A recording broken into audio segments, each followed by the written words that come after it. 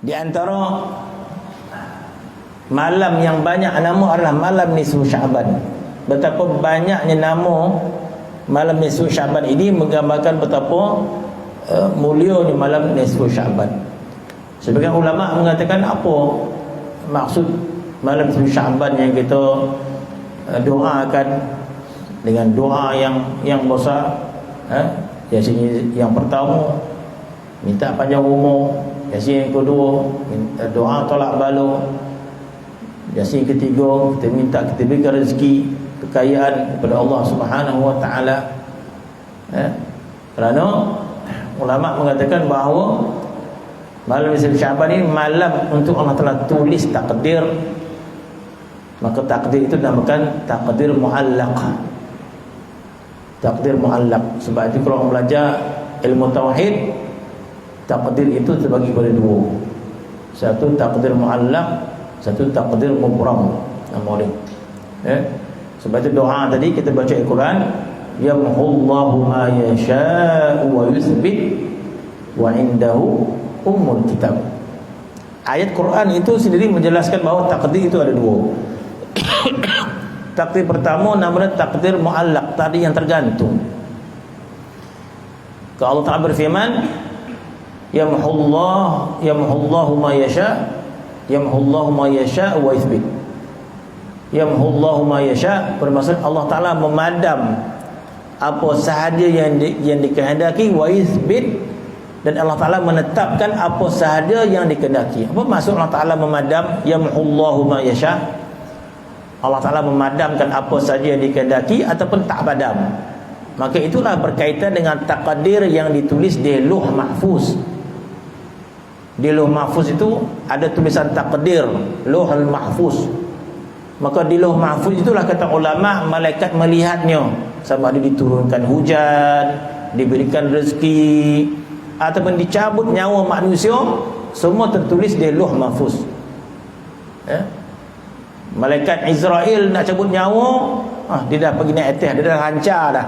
Bulan ni berapa orang, minggu ni berapa orang, orang pondok berapa orang, belum dah nampak sana yang pondok ni tu. Dah minta tu. Kan?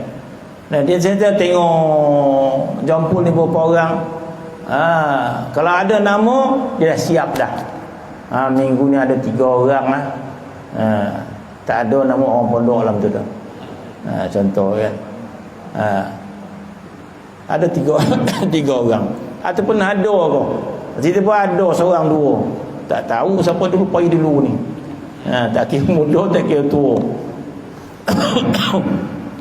Maka ketika mana malaikat nak cabut nyawa tersebut, dia naik ke atas, tengok Lauh Mahfuz, tengok dah terpadam dah. Sepatutnya minggu ni ada, tiba-tiba dia pergi tengok balik hari nak cabut nyawa, tengok dah tak ada. Tertangguh pula. Tahu setahun ke depan. Tertunda setahun ke depan. Itu maksud yamhullahu ma yasha'u wa yuthbit. Allah Ta'ala menghapuskan apa sahaja takdir yang dia kehendaki, dan Allah Ta'ala menetapkan takdir yang dikehendaki. Itu yang termasuk dalam hadis Nabi SAW. Nabi bersabda, la yaruddul qadha illa bid-du'a. Dalam hadis Nabi bersabda, la yaruddul qadha, takdir takkan berubah, illa bid-du'a, kecuali dengan doa. Doa ni boleh merubah takdir. Hebatlah tak? Bermaksud kalau Allah Ta'ala nak ubah takdir tersebut, diberikan ilham kepada kita untuk berdoa, maka ia juga takdir daripada Allah. Bukan maksud handal kita ni, tak. Bermaksud apabila Allah Ta'ala ingin merubah takdir tersebut, diilhamkan kita berdoa, maka diterima oleh Allah Subhanahu Wa Ta'ala. Yang nama dia berdoa lah. Sebab ada Tuhan terima tak terima, itu hak Allah Subhanahu Wa Ta'ala. Kita berdoa kepada untuk sihat, terpulang kepada Allah Subhanahu Wa Ta'ala. Kalau Tuhan nak makbulkan, maka sihat kita. Kalau Tuhan tak nak makbulkan, tak sihat kita. Bukankah begitu sifat doa? Jangan kita sangka doa tu mesti Tuhan makbulkan. Kalau Tuhan tak makbulkan, marah kita. Jangan macam tu pula. Bising dah galak 10 kali minta dah, tak ada dibagi dah pun. Jangan macam tu pula adab kita berdoa. Adab kita berdoa kepada Allah Subhanahu wa taala penuh dengan sabar, penuh dengan redha kepada Allah Subhanahu wa taala, dengan penuh yakin kepada Allah Subhanahu wa taala. Nabi SAW menyebut sentiasalah doa itu dimakbulkan oleh Allah Subhanahu wa taala selama mana dia yakin tentang doa tersebut.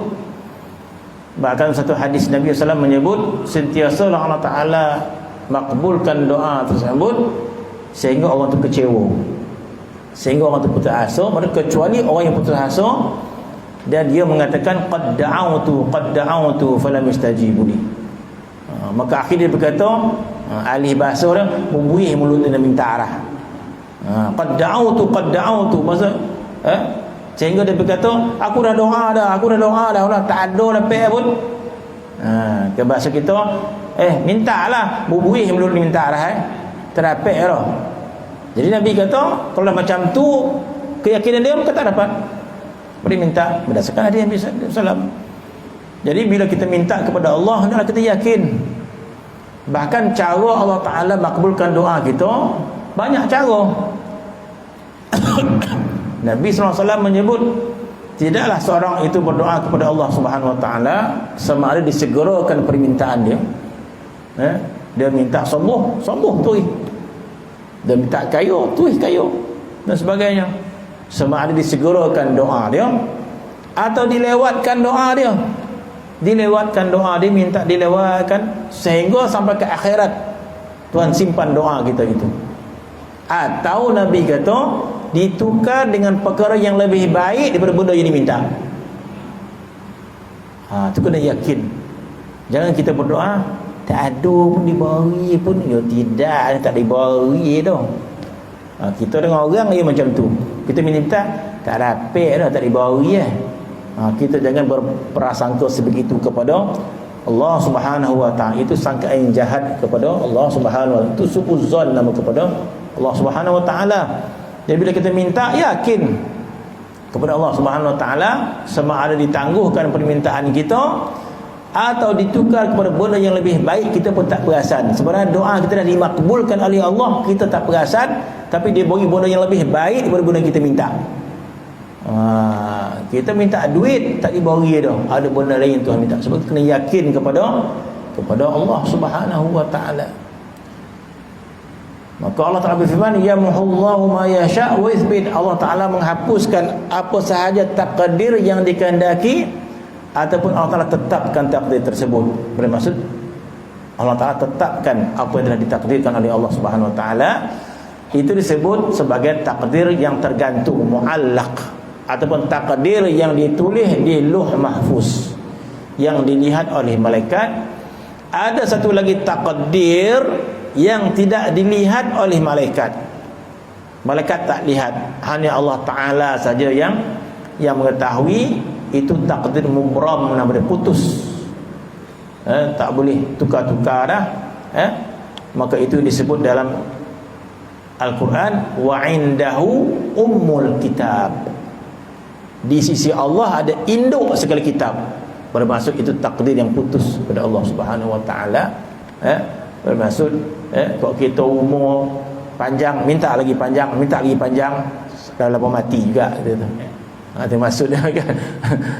Mana sampai masuk kita minta sihat, satu masuk sakit juga. Mubram telah diputus oleh Allah Subhanahu wa taala. Alaihi tetap dapat pahala. Bila kita berdoa, doa itu merupakan ibadat kita kepada Allah Subhanahu wa taala. Doa itu melambangkan kehambaan kepada Allah Subhanahu wa taala. Sebab itu berdoa kepada Allah Subhanahu wa taala. Sebab itu para solihin, para aulia, mereka itu sampai satu tahap mereka itu meninggalkan berdoa kepada Allah Subhanahu wa taala. Para solihin, para aulia ila solihin, mereka itu sampai satu tahap kepahaman mereka itu ataupun adab mereka itu dengan Allah sampai peringkat mereka itu tidak lagi meminta apa-apa kepada Allah Subhanahu wa taala. Ketika itu kalau minta itu macam kurang yakinnya kepada Allah, kurang adabnya kepada Allah Subhanahu wa taala. Kenapa? Sebab Allah Subhanahu wa taala telah mengetahui segala-galanya. Jadi seolah kita nak ngajar Allah Ta'ala pada tahap begitu. Ya Allah, kau tak nampak aku ini sakit, ya Allah sihatkanlah. Jadi seolahnya macam tu. Jadi mereka ini tidak lagi mohon kepada Allah Subhanahu Wa Ta'ala. Mereka ini kefahaman apa yang Allah Ta'ala buat, Allah Ta'ala turun ke penyakit, dia juga angkat penyakit itu semula mengikut kehendak dia. Dalam Al-Quran ada ayat dia. Kalau kita nak berakhlak sebegitu, ada ayat dia. Ayat yang Allah Ta'ala yang menyebut apabila Allah Subhanahu Wa Ta'ala menetapkan satu perkara, maka tidak sepatut lagi kamu ada pilihan yang lain. Ketika mana Allah Ta'ala telah menetapkan satu perkara kepada engkau, ayat itu banyak makna dia. Ketika mana Allah Ta'ala telah menetapkan, Allah dan Rasulnya telah meletakkan satu perkara kepada engkau, maka tidak layak engkau memilih yang lain. Ayat itu banyak maksudnya. Maka di antara para awliya, maka menggunakan ayat ini, mereka tidak memilih apa-apa tentang qada dan qadar mereka di dunia. Masya Allah. Macam orang pergi rumah seseorang, di antara adab tetamu tadi, untuk yaudah, nak makan ke, nak minum ke, nak tidur ke, dia tak pernah tanya dan minta tuan rumah pun. Dengan kepahaman apa? Dengan kepahaman yang dia penuh yakin tuan rumah ni faham dan tahu. Tak payah nak ajar-ajar dah. Tak payah kata khabar, oh saya nak sarapan esok siap pukul 7 ya. Dan sarapan dia teh tarik jam yang lain lah. Kata, ya Allah tuan rumah gitu. Lagi ada tak? Lagi kalau boleh berlempeng sikit 5 koping. Kita ajar dia. Boleh, tak ada masalah. Tapi tuan rumah tu teratur hati dah. Banyak pula minta orang ni. Lepas tu kita minta. Kang kalau boleh saya tidur Kang, aircon ada jangan letak ambil, tak ada aircon pula ya. Kata, lepas tu letakkan tingkat bawah, jangan tingkat satu pula. Contoh dia banyak minta dia. Kan? Ada jenis tetamu datang hontoh. Kenapa tak sanggup nak ngajar tuan rumah, macam kita ngajar macam dia tak reti pula. Dia beradab dia. Bukan tuan rumah tu. Begitulah para awliya ila salihin, sehingga mereka malu nak menyatakan, ya Allah kau tolong buat dia macam ni sikit, kau lebih macam ni sikit, kau lebih macam ni, ya Allah jangan kau buat macam ni, ya Allah kau kena buat macam ni, ya Allah. Jadi itulah kita, tapi dibenarkan oleh Allah Subhanahu Wa minta. Tapi orang yang memahami keadaan sebegitu rupa tak sanggup dia minta. Sebab tu Rabi'atul Adawiyah diberikan kepahaman tak mampu dia minta dah, tak sanggup dia minta. Masya Allah, kepahaman macam mana ni. Bila dia sakit, maka orang tanya, kenapa puan tak berdoa kepada Allah? Tak mampu aku nak minta. Sogat. Allah Ta'ala yang datang ke penyakit, Allah Ta'ala kalau nak tarik, dia tarik balik. Kata dia.